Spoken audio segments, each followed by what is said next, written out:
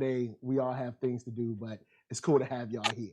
So, you ready? I'm sure you ready.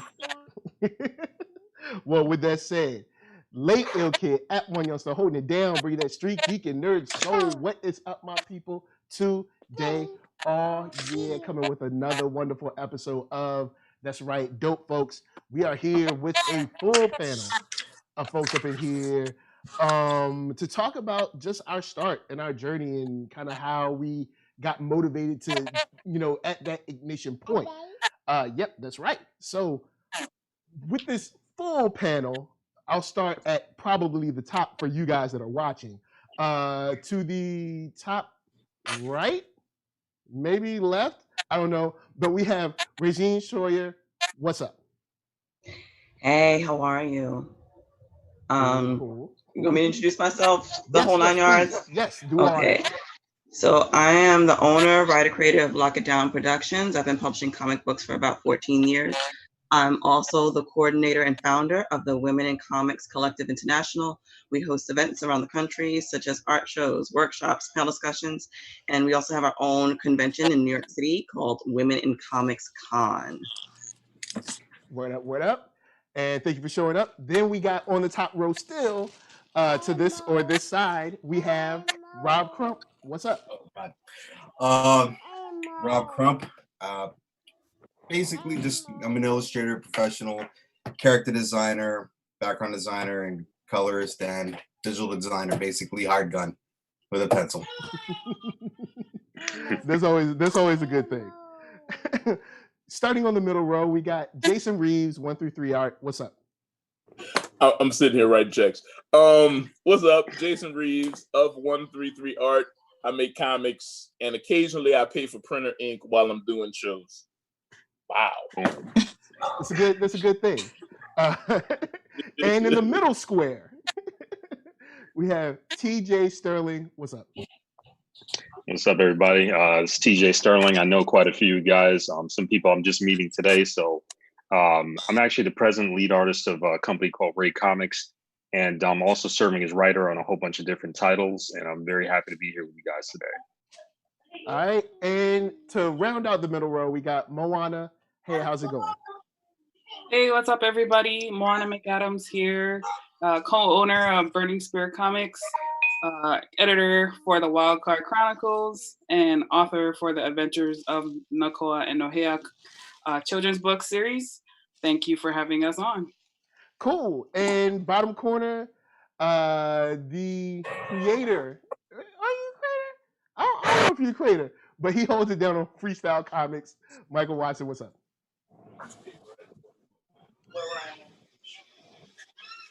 Oh, are you unmute, my G. I'm trying to keep that background noise, that reverb, because I thought that was me. Creator, founder at Freestyle Comics. I'm the publisher of Short Fuse Media Group, and I've been told I'm the most enthusiastic person in comics, and I draw a ton of comic books. Oh, interesting. Middle at the bottom middle, Dorphise. How's it going? Nice to see you. Hello, how you doing? My name is Dorphise Jean. I am a creator and writer for Spirit's Destiny that most people know me for, and currently working on some animation projects. So nice to meet you guys. Cool. And lastly, but not leastly, Keith Cooper of Blerd-ish. What's up? Hey, what's up, y'all? Keith Cooper of Blerd-ish, part of a podcast duo. I'm also on a comic book committee out here in Baton Rouge, the Mid-City Microcon. I know I'm familiar with a lot of your names, and it's around the way. Guy who podcasts, talk with a lot of creators, interviews, and people doing good stuff in the community, and a distributor of Black indie comic books. All right. I want to kick this off with just the main question of why did you start? What was that first moment that you were like, okay, I'm gonna do this for real? I'm gonna kick it off to Regine. Why did you start? Why did you embark on this crazy mission of independence, creatorness, all of that? Well, I was always a collector. I loved comic books as a little girl. I mean, my father used to read the Sunday Funnies to me. My brother and I, we would watch The Incredible Hulk. Greatest American Hero, Spider-Man, all those wonderful 80s sitcom shows. And it just really stayed with me. I mean, my mother was also an artist. You can see some of her paintings behind me. So it was just sort of in my blood to want to do something artistic. But I also love the writing. Writing was always my thing. So it kind of just came together kind of organically. I think what really put me on the path of it was that I was one, making my own characters myself, just something to play with as a kid. I didn't think that it was going to take me further than what it did.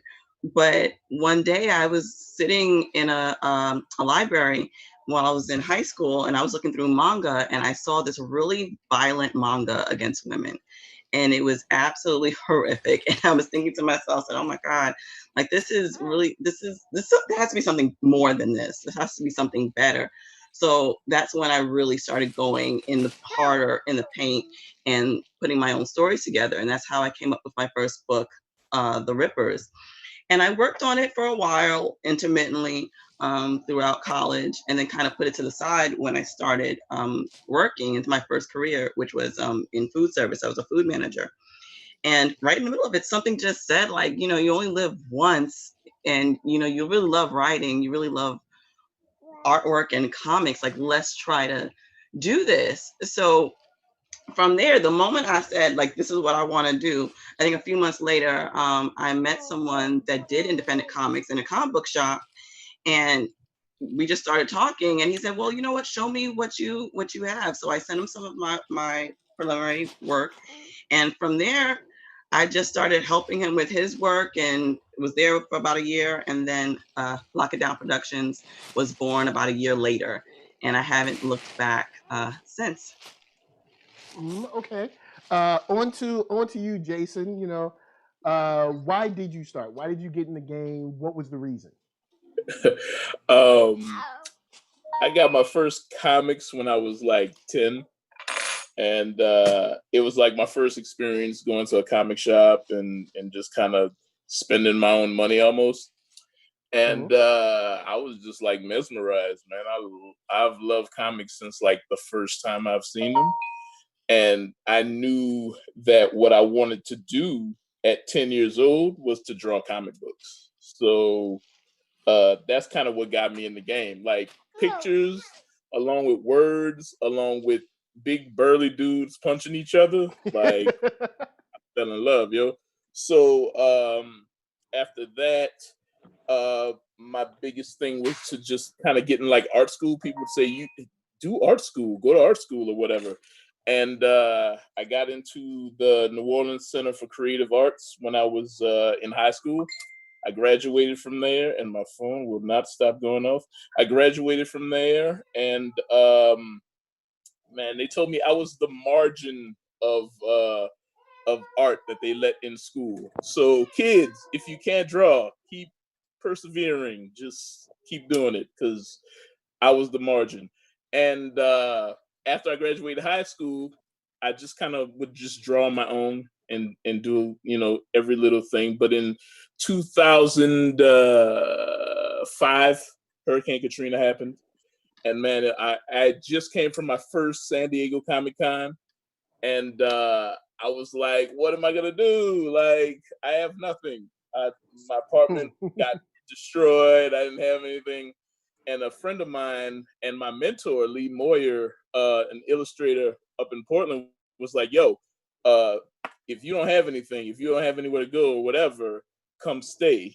And I was like, stay? And he was like, yeah, stay at my crib. And he showed me what it looked like to be an illustrator every day, right?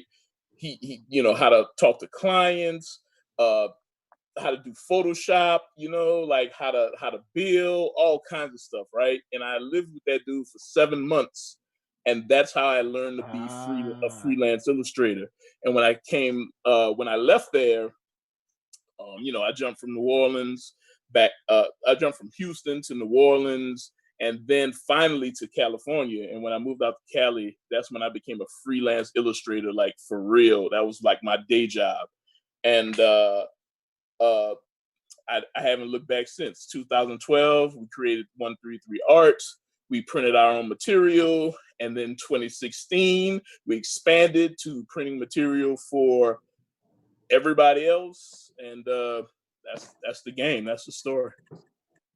Dope. Comics Mike, has always been inspiring for me, so that's all I've ever wanted to do. Like I can't even remember if I wanted another job. Mike, what's up? Mike Watson, what's your reason? Why did you jump into this crazy? My reason is my reason is a little awkward because I was in the 6th grade and I thought comic books were stupid. I didn't see the point of them, and I had this dude who was like my best friend at the time, Tom. And whatever reason, we were best friends for like the whole school year. He didn't know I didn't like comic books, and he was looking at one. I was like, "Man, that's stupid. That's trash. Why are you even looking at that?"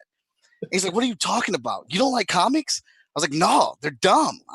Let me get it. All the pictures." And he's like, "Look, real talk. We can't even be friends no more if you don't like comic books." I was like, "What? We've been kicking it the whole school year, like rolling. You over books?" He did. He drew that line, man. He was like, "I'm bringing you a stack of books tomorrow, and if you don't find one book that you don't like, we can't kick it no more. We can't be boys." He was right. So I went home and I was reading through the books, man, and I was like, man, I was like forcing myself to check because time was cool, but I really couldn't process. This dude really gave me an ultimatum, and I'm flipping through them, reading whatnot, and it literally took till I got to the last book, X-Men number 18. Wolverine, the Blue Squad versus Omega Red out in Russia in the snow. And I'm reading this book and I'm like, who is this pint-sized dude with the butter knives coming out his hands, right?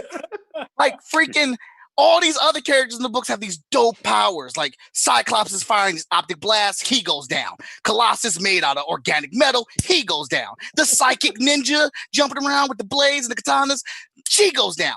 But this little 4-foot nothing with butter knives keeps getting up.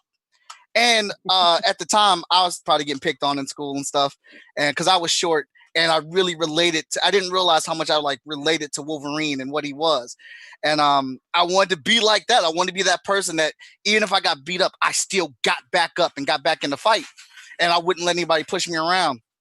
And as I'm flipping through this book, and I'm like, man, this art is amazing. Like I'm sitting here blown away. Like people really draw like this. Like this is, it was like, it was just stuff that I hadn't seen in comic books before or whatever. And in that moment, man, I fell in love with comic books. And ever since then, Tom and I started our own comic book company. We were straight plagiarizing and stealing comics from Marvel and making our own books. Our teacher, who, thank God for her, honestly, because she noticed what we were doing. We had kind of incorporated damn near almost everybody in our class. Tom would write it. I would draw it. We had a squad coloring different pages, and we had a squad putting the pages together and stapling them, make sure they was all in order. And we'd have our own little meetings during the lunch period when we were eating like our beans and hot dogs. And the teacher picked up on that and talked to the principal, and she got lunch extended an extra 10 minutes so students in the school could come in line to buy our books. But then she added candy and popcorn to it. And so they were buying the books that we were making with candy and popcorn every day, and kids were talking about the books we were making. And ever since then, man, I was like, oh my God, I want to make comic books. Like that was it for me. That's cool. Moving on to Dorphise. What's that origin story looking like?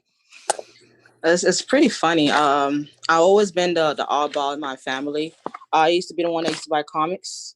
And everybody's just like, oh, you're a nerd. I'm like, okay, so I was always the one that was so in tune about comics. But then it fell off as I got older. I didn't have much interest in it until I had my son, because he's into it. Because me and his father are both nerds. So every time I tell this story, I just always laugh because I brought my son to the comic book store. And I went in there. The first thing he picked out was the Batman and Superman toy. I was very upset because I hate Batman. And I asked him, I'm like, do you want any comics? And he picked the Teen Titans comic book. It's the one with the cover with the Shibi. He picked that comic book, and I asked the store people, I'm like, do you have any Haitian superheroes? And he was like, Dr. Voodoo. I said, no, women. Someone that reflects on me. And he was like, no, we got Calypso. I said, isn't she a villain? One of Spider-Man villains? She said, yeah. I'm like, okay, dude, I'm looking for a hero. So I just So what I did, I'm a big Raven and Wonder Woman fan, so I picked up some of their books. I had to buy my son some Batman comics because he's infatuated with Batman and Spider-Man. So I picked that up. And I started reading the comics. I started dissecting the whole comic book writing. I started getting seeking some interest in it, and then I told my friend Nats, and I'm like, yo, I want to write a comic book. I said, I want a Haitian superhero, and he just plugged me in with one of his friends that actually developed the Marvel character website. His name is I forgot his name. See, I've been dealing with so many artists, but he drew my first character, and he told me he needed a reference. At that time, I didn't know how to, create a character. I had to actually go Google it because I really didn't have any help. So I started jumping in these Facebook groups. But he drew it, and he drew it from the animation version of myself. And I just kept reading. So I started getting into these Facebook groups, and I just started supporting indie comics. And I just saw that they had no limitation compared to the main industry. So from that point on, the people that's right now that's around me on this Zoom call are actually the reason why I motivated myself to actually start writing comics. Dope. So Keith, you're on a little bit on the other side, but what got you started? Because now you got your hands in tons of pies, but what got you started? What got me started with liking comics is shout out to my deceased brothers, Charles and Thomas Cooper. They always loved the Hulk. We love Marvel, Spider-Man growing up way back in the 80s, watching that sad music of Bill Bixby walk away. But I always liked the stories, man. It just got me into it. And I kind of stopped, when I had to study for college and read boring stuff, adult stuff for years and financial stuff. But what kind of got me into the podcast game side of it, I was sports, number one. I always loved basketball podcasts. I was a big Bill Simmons fan. So I was a part of another podcast, but we will always run into the problem of like, all right, what are we going to do after basketball season? Are we going to end seasons? And we never came to an agreement. So, one thing led to another. I'm like, hey, I'm into this stuff. I see all these indie creators. I think it'd be dope to talk to them and just learn something. So one thing led to another. Me and Mark Wallace, we had mutual friends, and we would hang out. And one day we were like drinking. We were just hanging out at this bar. It was like, hey, Black Panther's coming out in a few years. And it was like, oh yeah, man, I collect comics. I was like, oh, I read comics. I don't collect. I'll go to the store and read. I was like, it was kind of like, like that Blues Brother moment where it's like Jake and then the other guys over there. It's like we just came together like, hey, let's just do something. And then we started in 2016, which was a crazy year down here in Baton Rouge specifically. We had a giant flood. We had the Alton Sterling riots. And we were talking about it, and we was like, hey, man, ain't no time like the present. So June, another weird story is that both of our birthdays are in June. The person, shout out to Mike T, we recorded his barbershop. He also has a June birthday. The podcast was born in June.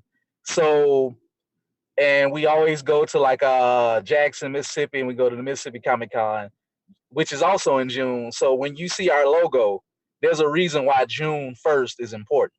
So we got so many people in June. So we just like, hey man, let's jump into it. Let's do it. Let's introduce ourselves and let's start having guests in the, I guess you could say the Blerd community, the writer community, different things. And, we don't limit ourselves just to comics, but we do like to talk to people who are doing something positive and who are doing something. So that just kind of led us to get into the game, I guess you could say. All right. Moana, your origin story, please. So as a kid, like as I'm sure a lot of people here, I used to watch like the X-Men cartoons, Saturday morning cartoons, and that was my jam, along with like Transformers and G.I. Joe and Thundercats and those kinds of things. My mom is a serious bookworm, so I naturally am a reader. We spend a lot of time in the libraries. and that was kind of my thing. But what I realized as I looked at these stories is there's a lot of male characters, but not so many female characters. And so, which is fine with me, but like I was a Tom girl, so that was cool. I always roll with the dudes anyway. But like I felt like that was a gap. Like we needed to have some female role models, some positive images to look towards. And after very much like or we go to college and it's like, okay, I got to learn to be an adult, and we got to leave the fun stuff behind. But part of like what I went to school for, I ended up in the business school, which I didn't know it was going to help me for where I am now. And so I was always been really good in math and business, not so much good with art. But the thing that I've learned about being a creator and being in business is that the comic industry, while the artists tend to get like the main focus because it's an art-based platform, there's a lot of different skills that you can bring to the game to help your IP, your property get out there. So when my husband had the idea to start the Wildcard Chronicles, I've always been supportive of like his creative vision because I don't know how he creates everything that goes on in his head, but I was like, okay, I'm with it. I'm gonna roll with you. I don't know what I'm gonna do. I'll help y'all edit. I'll do things like that, and I'll run the business side because that's what I know. So I guess the reason why I'm highlighting that is if there's any kids out there who think, oh, I can't draw, that's not my thing. There is something that you can always do to help make this possible. And so we started the Wildcard Chronicles in 2015, sorry. And our first year, we didn't really come on the scene with our book. We were doing a lot of research, but what we were doing is going to a lot of different conventions and studying like the types of people that were there, what types of things work, how can you set yourself apart in an environment that's very busy? Like, how can you get the attention? And so we did a lot of that first, so that when we did come on, we had a better game plan. So anyway, we started in 2015. We have 2 issues. We're working on 3 and 4 right now. And then as we were at conventions, we were getting a lot of parents coming to us asking us for kids content because ours is more like kind of teen mature. And so that's why I started to write the children's book series. And for me, I'm focusing on Hawaiian culture because it's not, a lot of people don't know a whole lot about it. Like I'm sure if I ask most people on this panel, tell me something you know about Hawaii, you're gonna be like, I don't know, grass skirts and coconut bras or something like that, like whatever media is showing you, just like with the Black community. The Dole factor. Yeah, like if you don't know someone, then you're only gonna know what the TV shows you, right? Exactly. So that's very important for like the types of things that we put into our comic book series. We want it to be positive. We wanted to show like the actual real heroes. Like a lot of the more mainstream comics are like made up characters where they have to give them powers and things that are not even real. But what we need to understand is like in our history, there are like a lot of really talented and really cool, powerful figures that we can pull from. And those are our ancestors. Like that's people that we're connected to. So that's kind of, in a nutshell, why I'm here. Cool. All right, thanks. And Rob, how'd you get up in the game? If I talk a little bit slow, it's because my mind's censoring itself. Because I live in New York. Well, I'm the youngest of 3 in my family, so I was the runt. So my brothers were good at everything. One day I found that I was better than them at drawing, so that's how I started drawing. But it was actually my second oldest brother, the middle child, that actually introduced me to comic books, where he came home one time with Marvel Universe 1992 Series 2 cards. I'm sure, again, kids today probably don't know about Marvel used to have the collector's cards. So he brought home a deck for me. I remember I saw, in the back. And I saw this one drawing that Arthur Adams did of Wolverine. That just set it off right there. That and then Ninja Turtles. I just kept going nonstop drawing. I had some really good art teachers as a kid, so they always encouraged me. They always put me in the right direction where I needed to go, whether if I liked it or not, like learning anatomy. My high school teacher beat that in my head. And yeah, I just kept going nonstop. You know, I was one of those kids. I was I was well known for drawing really good. So that helped my ego. I was one of those kids that did have an ego. Until it got crushed when I actually got to a higher level in college. Went to college to Art Institute of Philadelphia. And after that, I just did everything by the books. I did my internship out in LA, and I was blessed enough to have a portfolio that was good enough to get work in New York. And it's just been that way ever since. I mean, it's clean, cut, and simple. I mean, I can't beat around the bush about it. It's just really, it seems to me like it's the same for all of us. But one common core thing is that you found your passion and you worked on it and you grinded. And it's really what it comes down to, that you find that one thing that sparked you. For me, it was a card and cartoons. Cool. So, yeah. I mean, I'm sorry I don't have a long story. I just no, you good. Sure. He's like, I can draw and y'all suck. No. Oh, dude, that was the biggest. It was the big motivation as a kid, but at the same time, it's when you get to a certain level, it does hold you back because now you think you're good. You you can't learn anything else. You know everything. You know, as a stupid kid, you think you know everything. It's like my dad says, you know everything, but you know nothing. You know. True that. Yeah. And to my man TJ in the center square, how'd you get started? Oh, center square. Hey, so my journey is kind of interesting because it started out a lot like your guys', where the first thing I ever experienced art-wise was like cartoons. So like my mom would put on Looney Tunes for us, and that was just something to keep us busy while she was in the other room doing stuff. And then I think her light kind of turned on her head. She's like, I know what I can do to get my boys to read more and to get better with vocabulary and sentence structure and things like that, and also be entertained. So she brought us to a comic book store, and that had to be, I think it was like 1989, 90, something like that. I think one of the very first comic books that like literally blew my mind was X-Men #1 by Jim Lee. And when I first picked it up, I remember the first day that I picked it up. It's one of those like milestone moments for me as a creator where I knew I always liked art. I always knew I liked drawing and painting. It was just a form of expression that really was an outlet for me as a kid.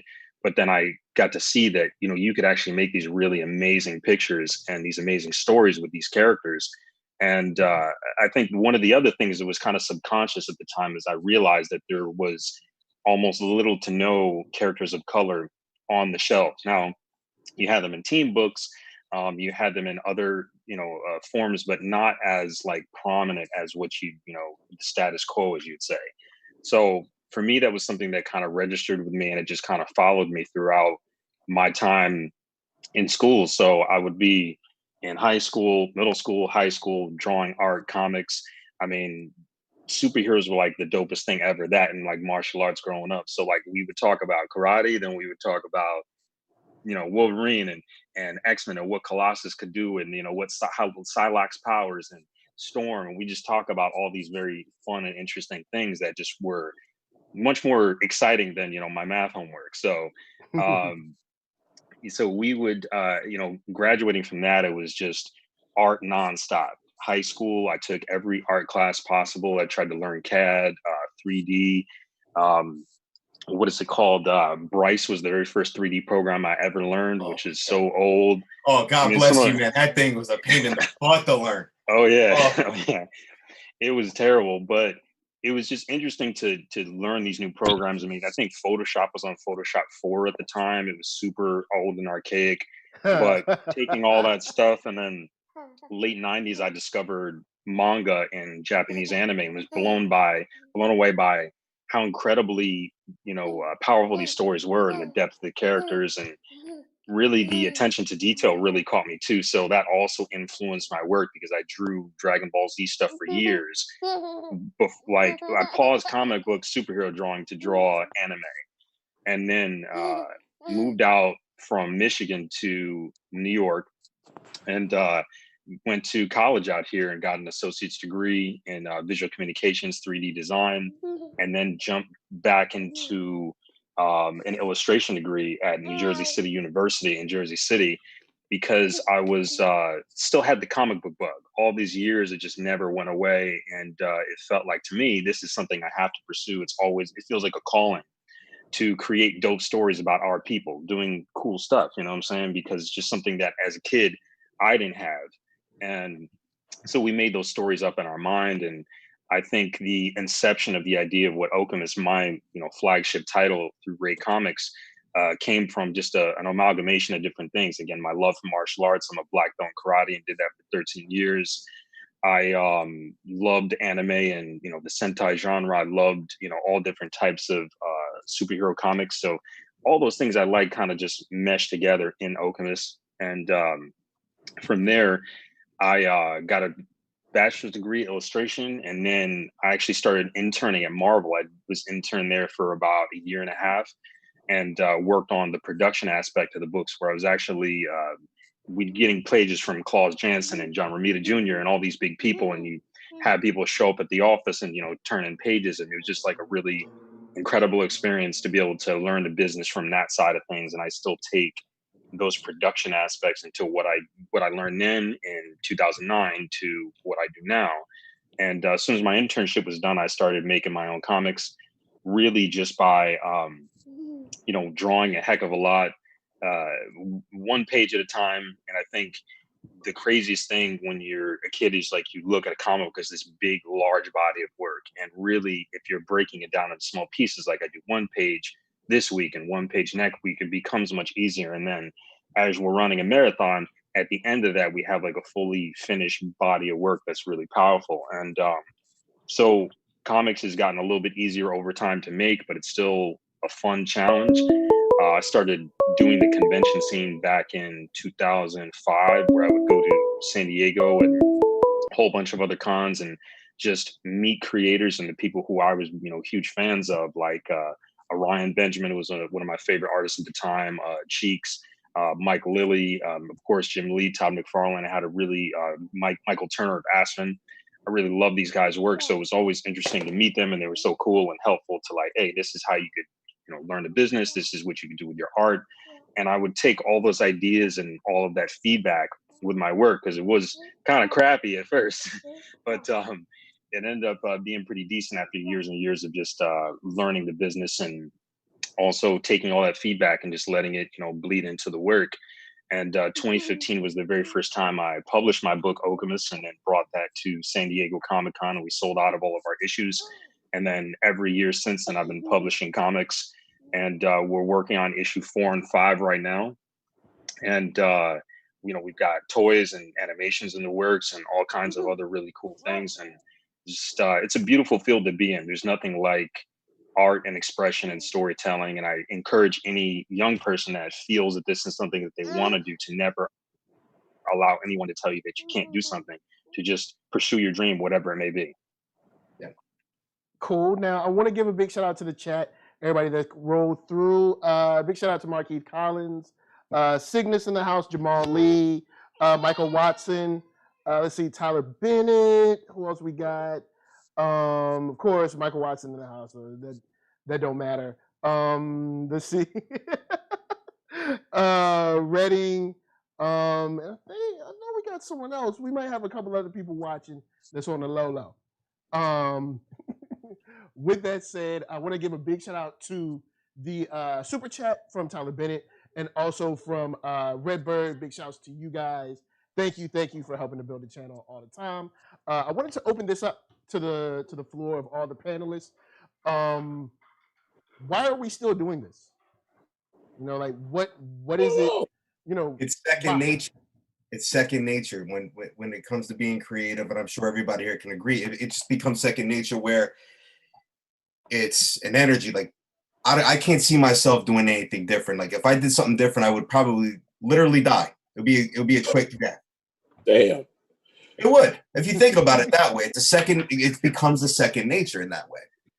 Dude, Robert's absolutely right. I'm sorry if I cut you off, Robert. No, go ahead. This is open. Just y'all flow. Because I tried to do something else and I died.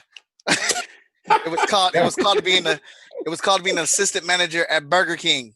Whoa. And I was put in a situation. Shout to Burger King. I worked at Burger King and them fries. First job ever I know you went through was hell. Burger King. Shouts to Burger King. Oh, All y'all out there. Burger King wouldn't All the hire Burger me. King I alumni. applied when I was a kid. And hated that job. I was put in a situation where I had to take the job. And I got kids, I'm married, I need to bring money home. I had to take that job. I have never in my life been more miserable at doing something than that. I purposely tried to get fired at Burger King. When my district manager left at 3:00 and her shift was over and she walked out, I immediately told him, shut that milk machine down. It's broke for the rest of the night. We would have lines wrapped around. I was that guy. We would have lines wrapped around the building, and my team would look at me like, did that. yeah. I tried to get fired. I went from working at a video game company that got shut down because the higher ups made dumb decisions to actually a corporate job. Killed me. And I was there for 3 years. I worked at McDonald's as a kid. I thought that was the worst job I could ever have. This corporation job that I worked, 3 years of hell. That has to be the worst job I ever had. And it is. It's a slow death. It is. It crushes you. It really does. Absolutely. You come from a creative environment and go right into something that's nothing but structure, nothing but protocol, nothing but administrative bullshit. Oh, BS. And there's no soul to it. You know what I'm saying? There's no soul to that type of work. You're really not engaged to be mobile. It's like assimilating into the board. Right. Yeah. Ooh, assimilating to the board. I think for creatives, I dig it. especially, it's like a hard thing to like jump from being creative, part-time, full-time, and then to something that's just like red tape. Like, that's crazy. Like, I almost worked at Blockbuster for like 2 days after I moved to California, and it was the worst 2 days of my life. Like, I was just like, oh God. Like, what do I have to do? Stack the video. Oh my God. Like, it was, I like cried both days. Like, I was like, man, I can't do comics. This is ridiculous. Like trying to balance both of them when I was doing art at night and work during the daytime. I drew, those little thermometers that you got when you're trying to raise money and you would fill it in for my team. Well, I made one of those and I put like hot shot on it, but like he was burning the bottom of it. And my manager saw that. He was like, oh my God, you can draw? I was like, yeah. He's like, do more stuff like this. Yes, sir. You got anything else you want me to, like, anytime I can find to put drawing or comic books into my job, I would. And it was just like, I was crying for help. Like, so. It's like taking a fish out of the water and just watching it suffocate. Yep. You're just watching. People are just meant to do certain things. I mean, I think everyone here is meant to do art and create in some type of capacity. Just we're creators. I mean, that's part of our soul. And I think anytime you take that out of the mix, it puts us in a very unhappy place. So I think when kids like you got to listen to that voice. The voice always tells you what you need to do. Like, follow that creative voice all day. Yep. Yeah. I will say, like, as someone who has a day job that's very bureaucratic, this is the stuff that like keeps me sane. Like, I get to come home and be like, okay, let me do something that I actually, like, love and am passionate about, something that keeps me up at night in a good way. Like, oh, what are we gonna do next? And I go to my real job. I'm like, okay, what papers do we need to process today? What expenses need to be paid? Whose budgets are we bitching about? Oh, sorry, arguing about now. See, that's exactly what it is. The casualness and how comfortable you are in your creative environment. It just doesn't apply to a structured world. Because like, even right now, we're in a creative environment. He's like, hey, you got to calm that language down. But we're so comfortable with talking to each other and how we work. Like my meeting yesterday with my creatives, all type of profanity. Yeah. We were getting it in. Expletives out the wazoo. Now we got to make a bet and see who's going to drop the F-bomb first. Real quick, I want to throw it to Regine. You do, these events all, all across the country. Of course, Corona timeline is different, but like I said, what keeps it? Because I know just the organization of one event can make you want to set everything on fire. Be like, everybody get out of here. I'm done. I'm never doing this again. So, what keeps you coming back? What keeps that fire? Well, alcoholism. No. She said no. That would not make for a good event. Yeah. At all, especially as someone who has to clean it up. So nah. Yeah. But I would like to say I'm built for this. I'm built for it. I'm built for it. I mean, not just for comics or for other things. I think it's just my personality. This is a part of who I am. As I said before, and like the other folks have said, like they collected comics or they had an interest in cartoons. Like there's something that they enjoyed, something that stayed with them. The same thing was for me. Comics was my life. As a kid, and also as I went into adulthood. It was escapism. It was everything. And you kind of want to just give that to others. And, I had written all my life. I can't imagine not writing, even though right now I'm on hiatus. I don't care who hears it. I'm on hiatus. It's pandemic time. I'm on hiatus. My creativity said no, and I'm living with it. I'm fine with that. I'm fine with that. I am. I truly am. But because it's so deeply ingrained in me, I mean, I know that at some point I'm going to get to it. I mean, as far as events are concerned, again, I'm built for this. Juggling is my thing. There was one point last year, I think I had 4 jobs on top of doing comics, on top of doing events. So it's like, what else? What other balls can I juggle? I'm here for it. But again, I'm on hiatus. Pandemic time is my break time right now. I'm kind of enjoying that. Yeah. I'm kind of enjoying it. On hiatus. You watch Regine at a con. She's cool as a cucumber all the time. She's chill like nobody's business. Mad craziness all around. I mean, you remember what Schomburg was like that day, January. I will say she always looks like, I got this. I'm cool. Like you do make it look easy. She built it look easy. Well, but it's my personality. But it's like when you've been through it, you know what I'm saying? When you've been through like a lot of stuff, throughout your life up to a given point, depending upon the person you are, it's like, that's a piece of cake. Yeah. Like, okay, I'm doing an event. There's 50 vendors and 800 people come through the door. Like, let's just make sure they have a good time. Whatever happens. Let's go, y'all. Come on.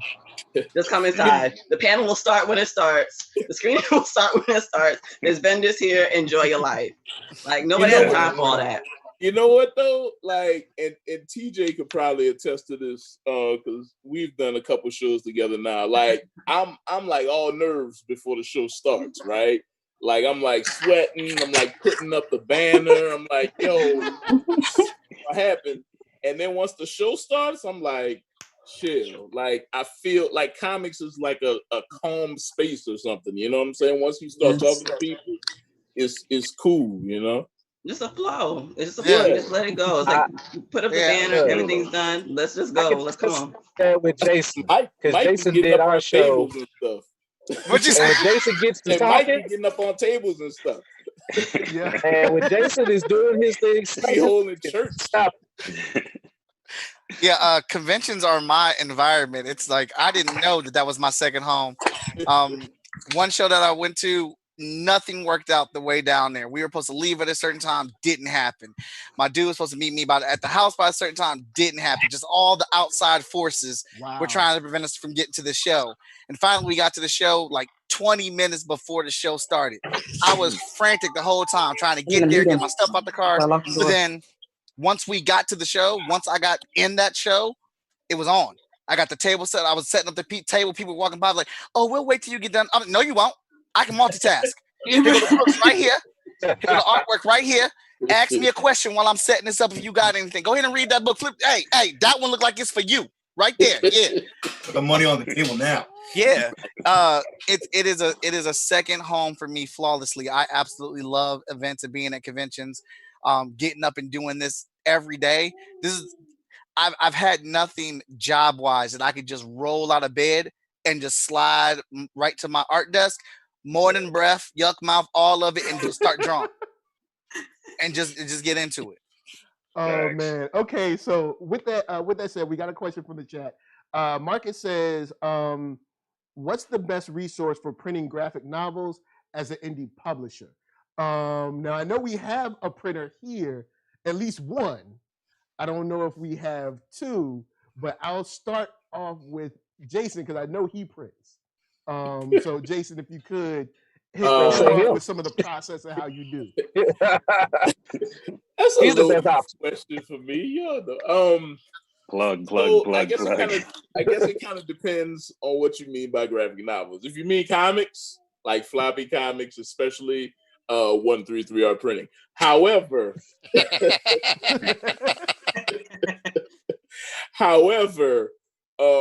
we don't have the capabilities yet to print like perfect binding. Okay, so I've heard good things about Comix Wellspring. Print Ninja, I've heard a lot of good things about, and I've been on their site like a lot, just kind of looking at prices and stuff, and they seem to be pretty cool. And I think since COVID has been slowing down in China, I think they've gotten back to a regular print schedule. So yeah, I would say if you want to get books from the States and you're trying to get collected editions, my two things would be my one thing in the States would be Comix Wellspring. I hear good things about them, and Print Ninja for if you want to go overseas and you want to buy in bulk, that kind of thing. If you want to get floppy comics, again, floppy graphic novels, holla at 133R Printing. We are the best, we are the fastest, and we are the most affordable. Great marketing. Yeah. I I was gonna just second real, Jason what he said about Comix Wellspring. I mean, they're really dope. I've definitely used them.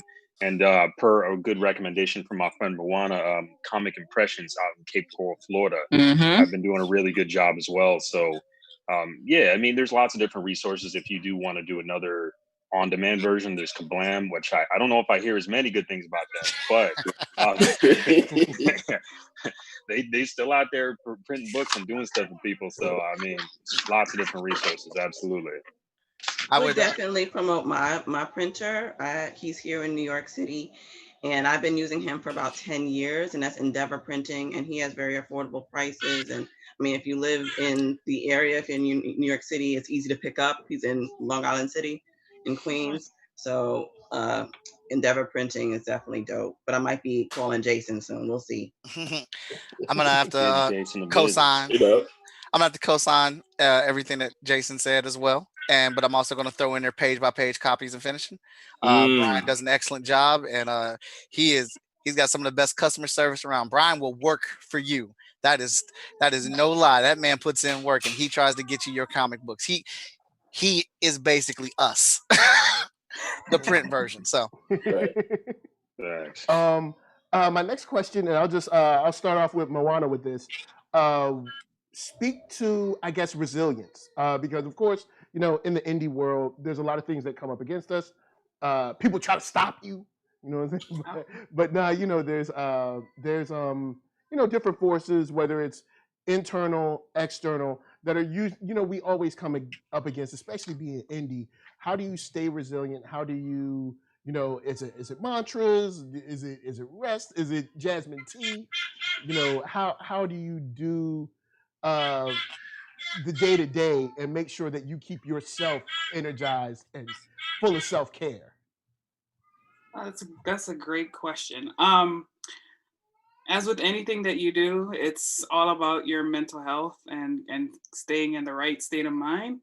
I will say that if you are a person of color, you are automatically resilient, and I want you to remember that, because it is not life is not easy for us. So I mean, you already have it. It's built in you. It's been ingrained since you were young.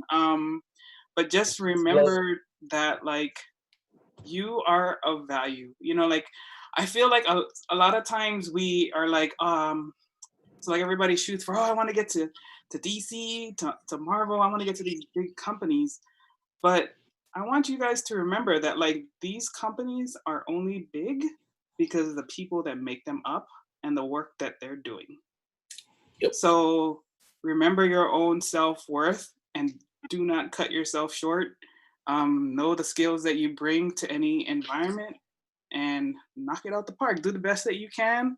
Align yourself with other people who are, putting out high quality work. I'm really encouraged right now about a lot of the collaboration that I'm seeing during this time of COVID. Like a lot of people here I have talked to in different capacities, but to see like multiple platforms, NERDSoul, Chat and Draw with Mike, a lot of different people bringing the community together, and being there for supporting for one another. That's really, really important. And I think COVID's also pulling back the wool on some things about, like let's take Diamond distribution, right? Like Diamond shut down. Yeah. They are the main distribution for comics. Mm-hmm. So what does that say, right? Like, do you really? I mean, this is I'm not throwing shade at Diamond. No. I'm just saying, as a creator, huge what happens. I'm just saying, as a creator, you never want to put all your eggs in one basket, right? So you want to make sure that you have your multiple distribution plans, and however that might be, whether it be your website, Kickstarter, working with other creators, collaborating. Diamond's great. They can get you into the comic book shop. But when is the last time you went into a comic book shop looking for a book that you didn't already know about?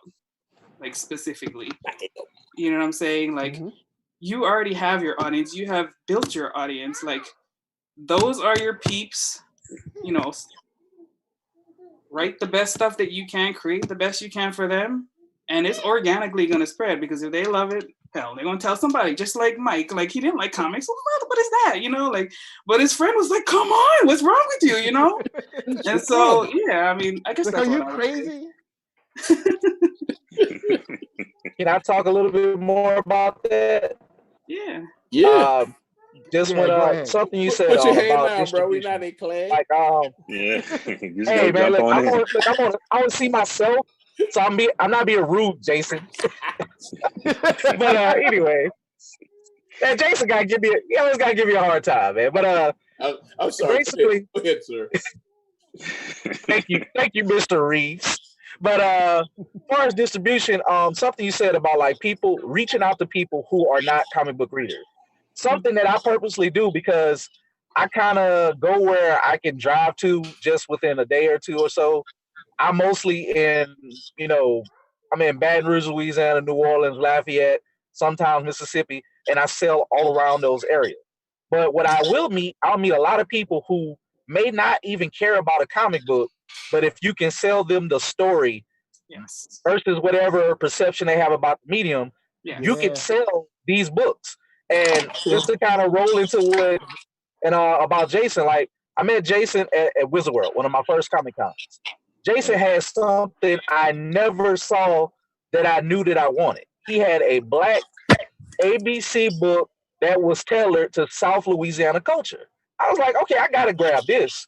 So, long story short, I wound up becoming distribution for Jason, because he reached out and he was like, hey, will you sell this for me? And Jason, I think the first thing I said, I'm like, is this gonna work? I'm like, I don't know. All right, I'll do it. I'll try. Yo, and I have been selling. Act like you not like distribution for like the South for like black comics now. You know what I'm saying? Let me go in and say this. Let me go in and say this before we go any further. If you're watching this, Blerd-ish.com, that's BLERD-ISH. They distribute comics. And I want to say this: we're working on the little automation of it. But guess what? I'm easy to read. You a distributor. You a distributor. I'm a distributor. You ain't working on nothing. It's done. You a distributor. You can always reach out to me, and I'll get it to you. Yo, there's a re-up. coming, by the way. Yeah, for real. Oh, I gotta get with To everyone, I guess I'll start with TJ on this one. Barreborn comes through and says, is it better to create a semi-complete world or to create the world as you go along when you're dropping comics? Like before you even start? Oh, that's a great question. I mean, I personally would say planning out your entire universe is a better look because then that actually gives you a structure within which way to work. For example, Alchemist, the way I actually built the entire universe is I wrote plot points, not like a lot of words, but just paragraphs, plot points for every single issue and what I want to see within one arc. And then that kind of like, okay, you know what, this would be really dope if I did this for issue 1, and then I come back and do a little something for issue 2. And you give yourself a little bit of structure, but I think just like we talked about earlier, that too much structure takes away like the organic nature of the creativity. So a little bit of structure with a whole lot of creativity, and just let it flow, let it be organic. Yeah. Anyone else? Loose structure, like TJ is saying, yo. I outline meticulously, like a crazy person, but I'm not a writer, right? So I like to have actually specialists, people who actually creatives who's focused on that come in and add their own flavor to the different things and stuff like that. So I definitely think loose structure, because things are going to happen, like events like COVID is going to come in and it's going to inspire your stories, right? So definitely loose structure. The most important thing about creating your comic universe is getting the first thing out there. Like, get that out there. Do that fast. Don't not do that, right? Like Dorphise, you know what it is. Get that out there and start showing it to people and start selling it to people and letting them know, look here, right? Like, that's what it is. Be loose, man. It's okay to be loose. It's okay to go back. It's okay to revise. That's why. That's exactly what I'm doing in my universe. I'm switching up a few things from my flaws, and I just feel like, okay, this won't work for this universe. Let me put this plot with a different character. So yeah, loose structure is the best way. And Greg just got me into writing outlines. I never wrote outlines. I used to just write. So now that I'm getting to the habit of writing outlines for each universe. So loose structure actually do work for some people. It works for me. I just write what's going to happen and that's it. And I just go from there. I agree to a certain. I agree to a certain extent. I've been teaching comic book workshops, writing workshops for a little bit, and generally, what I do when I'm working with folks is just that to stress the importance of to build your world, so that if you want to change something, that's always cool, but make sure it makes sense within the world that you built, as also within the characters that you created. And then we'll do like character building and all of things of that nature. But I do think it is important to have some type of structure in place. It doesn't have to be like really strict, but I think it's important to have a strong structure and still be able to tweak. All right, and I'll say this before I go on to the next question, it'll be our last before we wrap up.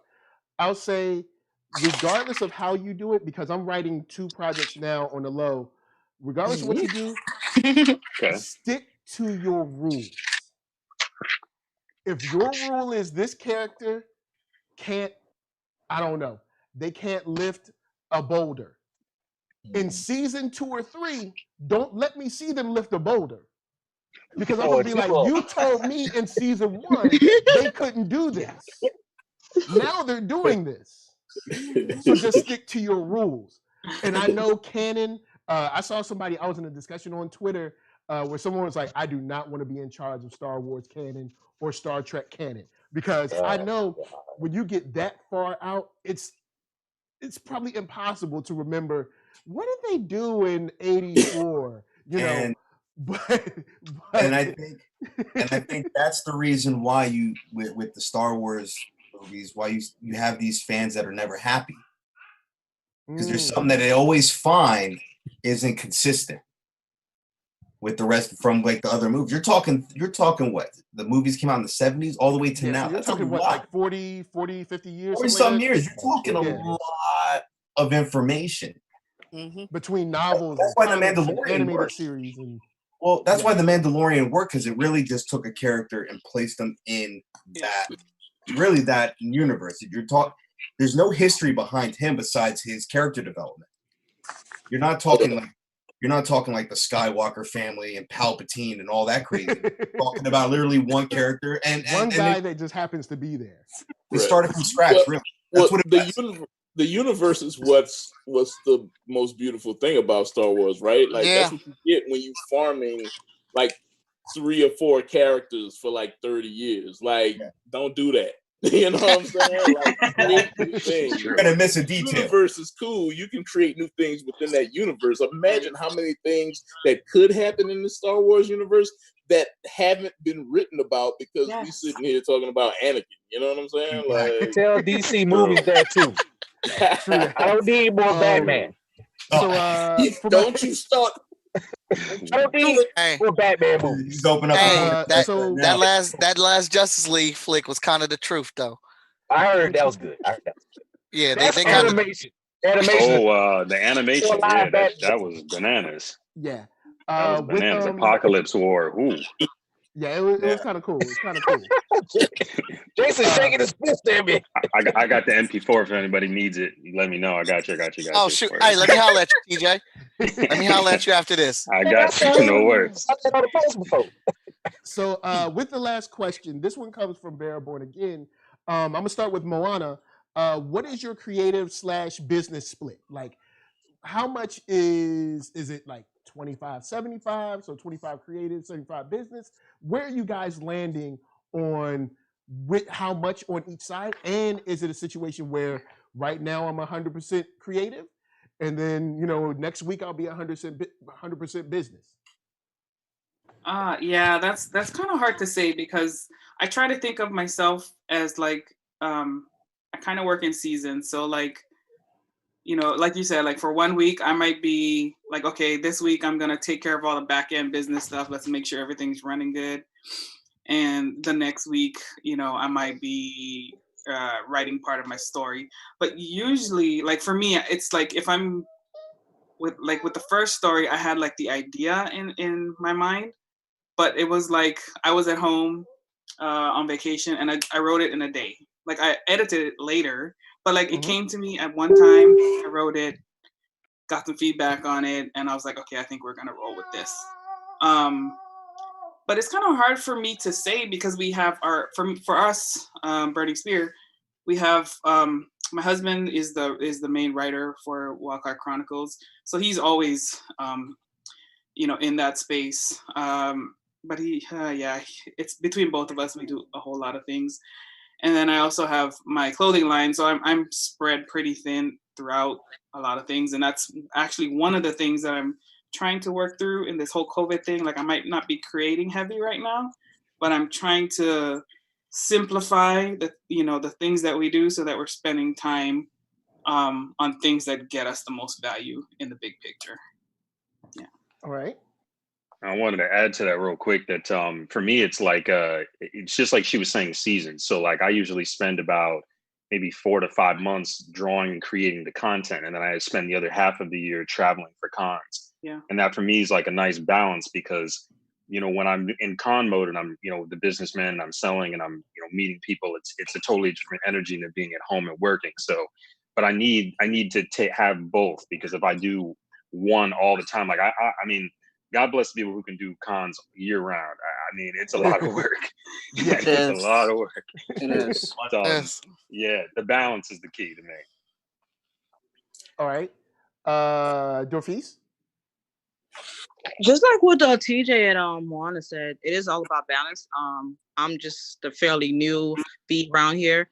I did my first con in February. Oh no, my first biggest con in February, and that drained me for those 3 days. And now I have to figure out like how to balance being a creator and going to cons. I can't do cons all year round because I was just overwhelmed seeing thousands of people all day. Greg over here on my back telling me I need help to sell books, get up. It was crazy. He was really on me. I'm like, Greg, come on, man. I've been standing up right long. Like it was crazy. Like I don't think I can do that all year round, but I don't mind being in cons because it's fun. You get to meet different people, and people are actually showing interest towards your your products, your contents. And I got to sell a Funko Pop doll, by the way. And it was just, I was learning from different creators. It's just that I can't do it all year round, man. I don't know how you guys do it. No. C2E2, they don't need to invite me no more. I'll give the table. No. I don't have no balance. I try to take June off. Other than that, like, I don't know, stuff just keeps popping up, man. Like, you're doing one thing and then another thing like germinates. You know what I'm saying? I'm like, I gotta do.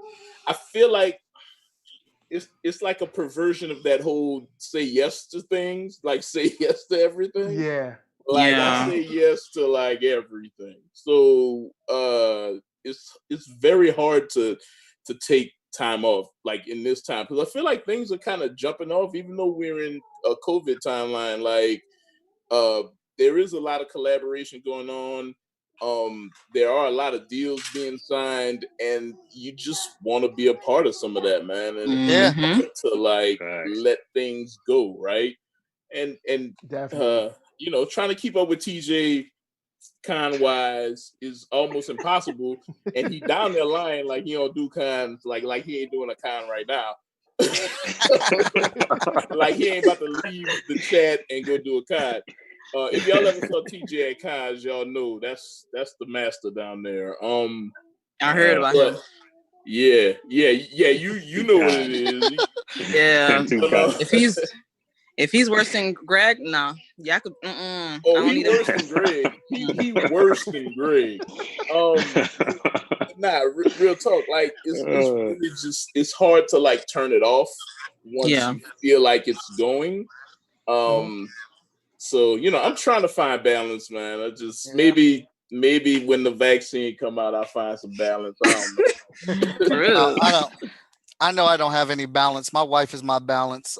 She corrects me real quick when I'm going off into work too much.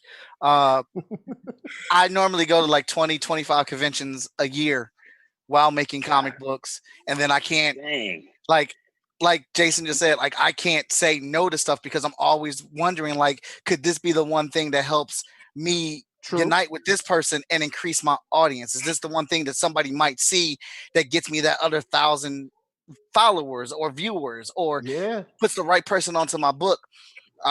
Even the one, there's several things I take for that I appreciate from my day gigs that I will no longer, to the best of my ability, ever go back to. Is that the one thing that my manager told me, is that when I was trying to get promoted to a unit manager, you're going to be doing that job before you actually get that title, before you actually get that position and pay. That's how you know you're ready for that role, because you're already doing it. And I want to already be doing all the things in art and creativity and comic books that I want to do, so I know that I'm there. Like, so when the opportunity and chance comes there, I've already been doing it. I'm already used to it. This hustling and this bustling, this up to 2 o'clock in the morning, this driving out to shows every other weekend, being on. I feel like I've worked harder during the COVID season than I have and any other time. I just want to be ready for it. I just feel like any opportunities at this stage of the game, like I'm at the ceiling, and now I'm trying to figure out, well, how do I punch through that ceiling? How do I get through it? I get through it by parlaying with this person, working with this person, getting online, making sure people see my face, making sure, you know, the comics are being produced and all that. Like, it's a lot. So I don't have no damn balance. I'm sorry, I don't. That's the long and short of it. I'm sending you a Facebook hug, brother. Co-sign on that one, though. It's my wife that helps me keep balance, because if it was up to me, I'd be working like a machine 24/7. Exactly. Like when the whole COVID thing came, like you said, like, and every one of those chances is an opportunity to, you know, push your brand or get you in where you want to be. So with me, it's, you know, I don't do the cons, but when it comes to doing freelance work all the time, I have a hard time saying no. It's like, got money behind it? Come on down. Sign that check. Give me half now. Right. Like if I wasn't man, doing the that's stuff what's that I was doing online right now, I would have met. There's like at least 8 people that I would have never had a conversation with. That like I never would have saw their characters or who their characters were or anything like this if I wasn't online interacting with these people right now. And those things have led to other things that I That just is would not have got if fact. I didn't do it. By doing a whole bunch of things, it keeps leading to others. Like I'll do pop-ups, I'll get events in town by other artists, other like people who do concerts, other people who have all type of things that you keep meeting, and it keeps building, it keeps leading. So I know for me, my balance is definitely my wife and my kids, because I have to pull off. And Jason would always laugh at me, cause I'll be like, "Oh man, I'm tired, but I need to take a break." And then I'll pop up and like, "But I need give me a new order of You be lying. You be like lying. they be That's like, you wild. said you were taking a break." I'll be like, "But I sold them. I like, I need them. Like I don't want to get caught sleeping out here lacking without it, because I keep it on." Be like, honestly, I done something really crazy one time. Like I always look for opportunities. What would I go to for free or pay for, and what can I do to turn it into a paid opportunity? I'm not necessarily proud of this, but I would go to Essence Fest, and I always go, and I wind up somehow having a table at Essence Fest. Yo, and I was talking to you about that. I was like, yo, I gotta come down there, and we gotta, hey. Y'all better stop putting your business on the internet for Essence and the police. Essence will have a picture of us up in the front door. I gotta wear a mustache and a hat with glasses. But I did this time though. I just go, but look, when they met me that first time, a lot of people who have tables, they like what I had from different creators like you all. So I'll just go straight up to them and be like, "Hey, let me get some of this. Let me get what you got new." So I'm kind of like the barbershop man, hustler. I love that. Like they were like, "Hey, what's up? We gonna get you in there legit, like the next time." Like, yo, it's for gonna be real though, like Blerd-ish is definitely on that. You know what I'm saying? Distribution. We did interviews. We sold books. We did the Cupid Shuffle, and we had church at Essence Fest. Look, hey, look, y'all talking about we can't stop. We don't have any balance. I'm hollering right now in the chat at the dude asking about, "Hey, can I get a pinup with all the characters on it?" I said, "I got you." Yo, in the comment section. Right. That's what's up. That's what it's all about. And the thing that I like about stuff like this, bringing us together, one is because it's rare that we get to be in charge of telling our own stories. You know, getting an opportunity to just like be like, "Hey, this is us. This is what we do. This is what we've been through. This is our perspective," without being hindered by another outlet or being shortened. You know what I'm saying? And then also to be able to show that, like, hey, yes, there's people here that are making comics or they're in the media that are doing this that you can check out, because even now I'll see people like I'll review a comic book and somebody will be like, "Oh, there's black comic books." And I'm like, "Okay, cool." So then I'll be like, "Cool. I have to keep doing engagements like this or interviews like dope folks with because people will continue to say, "Oh, there's black comic books, or there's black people that make comic books, or there's comic books just about women, or this," and it's like, yeah. Every time, Mike. Every time. A Google search would solve this, but I guess people are like, "I don't know Google. I don't want to go to Google. I don't know." But every time I get it, it just reminds me, you need to do something to put these people in front of people, because I guess people don't want to look. Oh, I can't. No, they don't. Explain it. People are lazy. And they don't believe. People are lazy.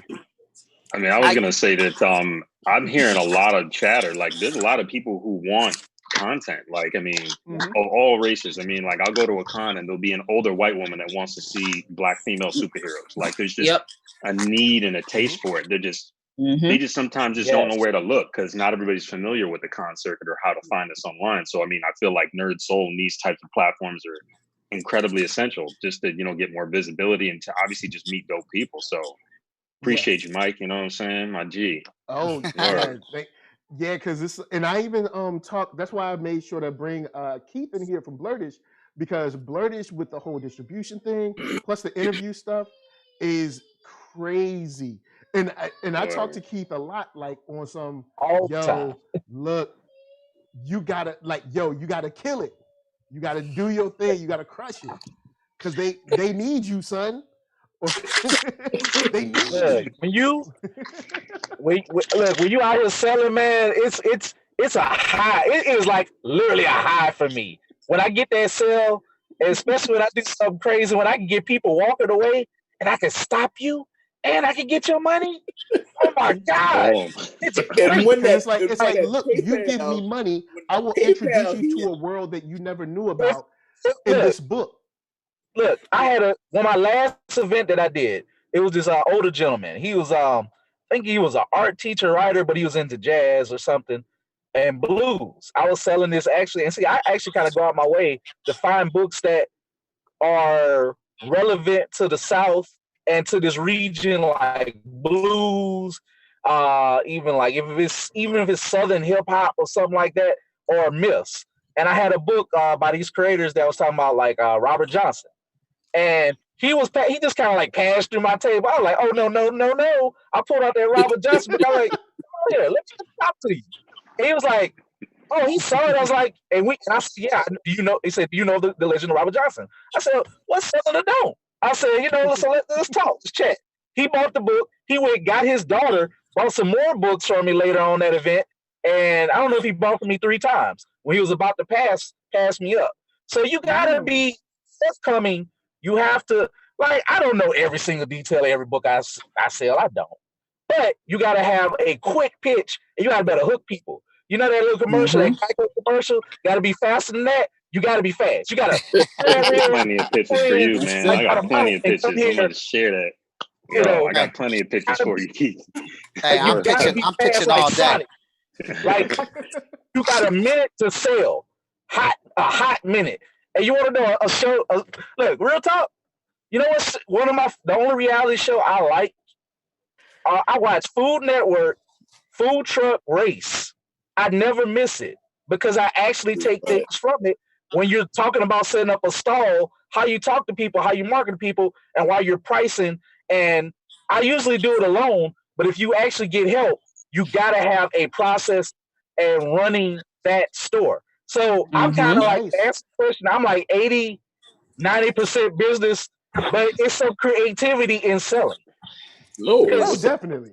Yeah, so you gotta be like real. You gotta have energy. Like I'll drop dead after the event, but if there's another event I can make money in it, I will prop myself up. One time I did like 4 pop-ups in one event, and that was like one of my best-selling events. I actually drove like 50 miles from one city, did back-to-back. I did something crazy. I told my wife I ain't never do it. So I did it like 2 times, but sometimes you just gotta do some crazy stuff like that to see if it's worth it. All right, word. Well, I will say thank you guys in the chat for coming through, like Baraborn, Hassan, and everybody. I want to throw quick to starting with Regine again. Any last words and where people can find you? Oh, well, first and foremost, thanks for inviting me on. Have a really good time. Cool. But you can find me on all the social media stuff.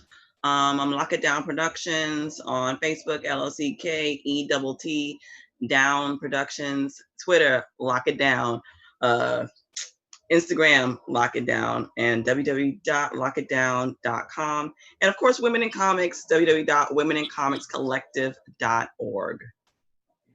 Word. I just love how she said that with so much authority. That lock it down was just like lock it down. Like Gary Payton on defense. That's what I do. That's what I do.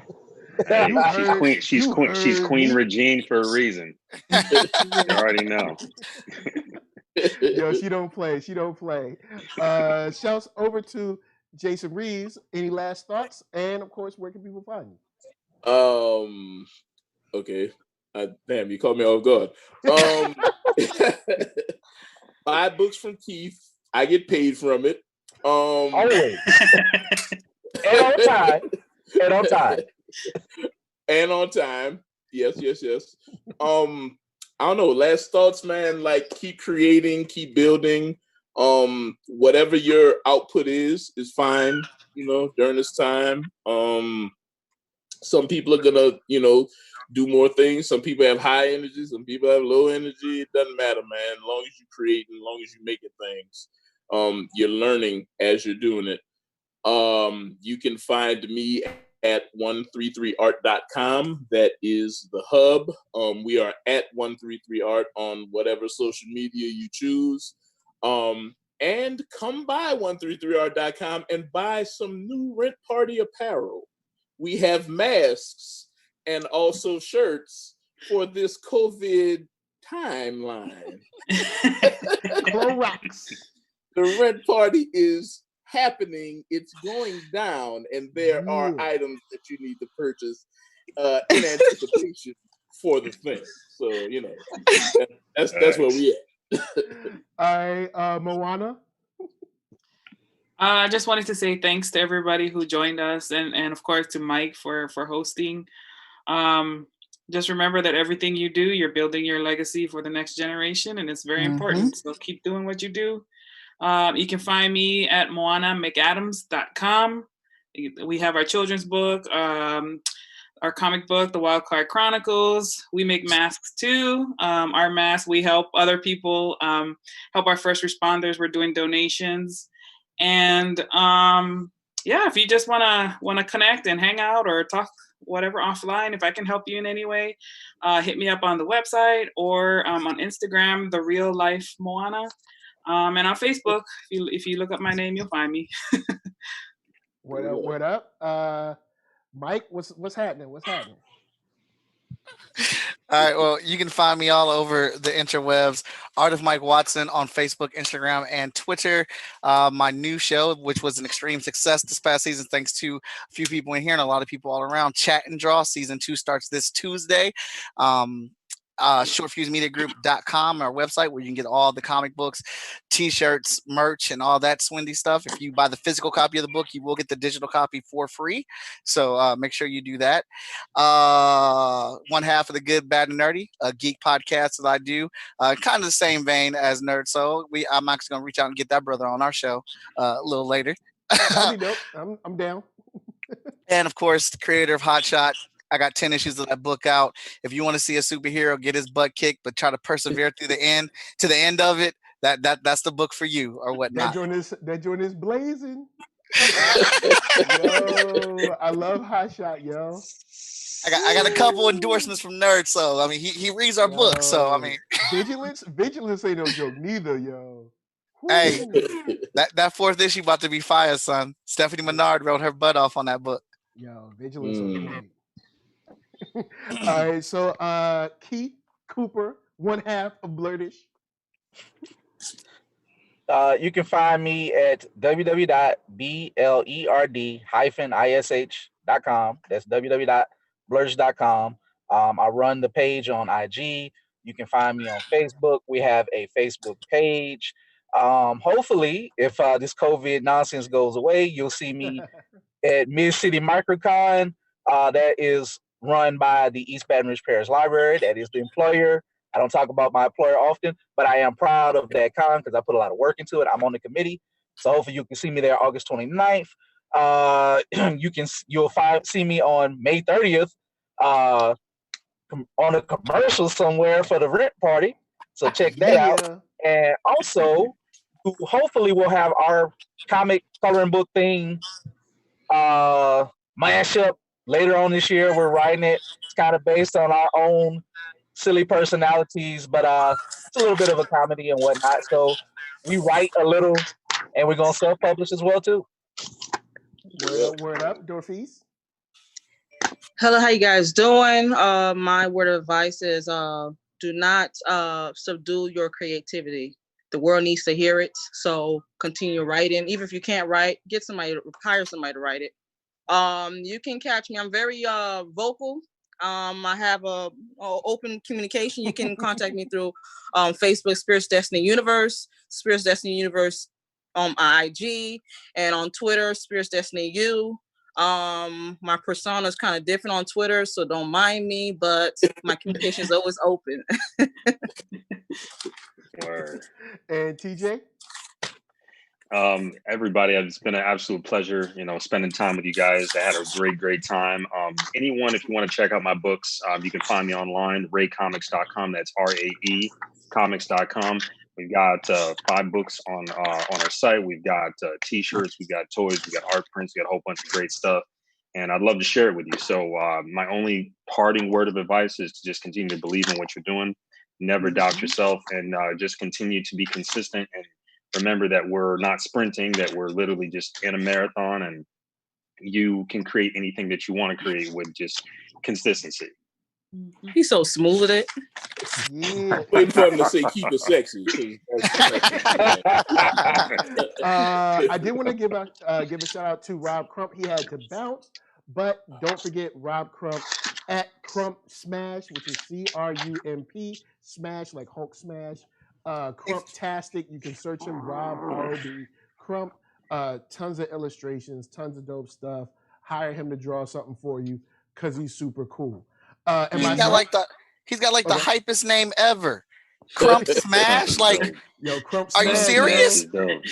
I can't remember how I came onto his stuff, but I was just like, what? yeah, I was like, Crump Smash? Word. Like, he has no choice but to be dope at art. Like, he has to. His name just signifies it. Man, so yeah, definitely shout out to Rob Crump. And lastly, I'd say for anybody, regardless of what you're doing, especially in the independent space, in the art space, in the media space, drop heat every day. Just keep dropping that heat and do what you can. What you can't get to, let it go. Don't let it go. Just you couldn't do it. You couldn't do it. You couldn't do it. That's it. Don't beat yourself up over stuff that you couldn't get to. Just do it tomorrow or do it the day after that. But if you didn't get to it, that's it. Just forget it. Because there's way too many people beating themselves over coulda, woulda, shouldas. You know what I'm saying? Drop heat. Drop heat, son. You know what I'm saying? I want to see you dropping heat every day. Even if you're working on a comic book, you can make a video you drawing. You can make a video detailing how you worked out the fingers, how you fix the foot. You know what I'm saying? Mike Preach. You make that content, drop that heat, because somebody's looking up to you. You know what I'm saying? Somebody is looking at you and saying, man, they've got it made. So, show them the way. But of course, NERDSoul, Facebook, Instagram, Twitter, all them places. If you don't want to see me, you can listen to me on podcast. If you don't want to listen to me, then just open up the podcast, but just put it on mute. Still all good. Hit that thumbs up if you like what you're seeing. Yes. Make sure to subscribe. You can hit that thumbs down, but if you hit that thumbs down, I'm going to send Sith Inquisitors after you, and you don't want that because they have those red blades that be flipping. They be like, and they just take your whole fam out, so you don't want that. And also, I have music on Spotify, so don't sleep. Your boy got some jams for you. So with that said, to everyone in the chat, thank you for coming through. Thank you for hitting that like button or hitting that dislike button because YouTube really don't care.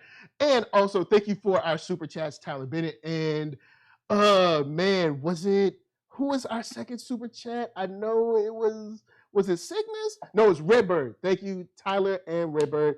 And to all of the panelists, Regine, Rob, Jason, Moana, Mike, Keith, Dorphise, TJ, all of you guys rock. Make sure to keep sharing each other's stuff, keep pumping each other up because we are what's next. So guys, from us to you, we're saying thank you for watching and peace.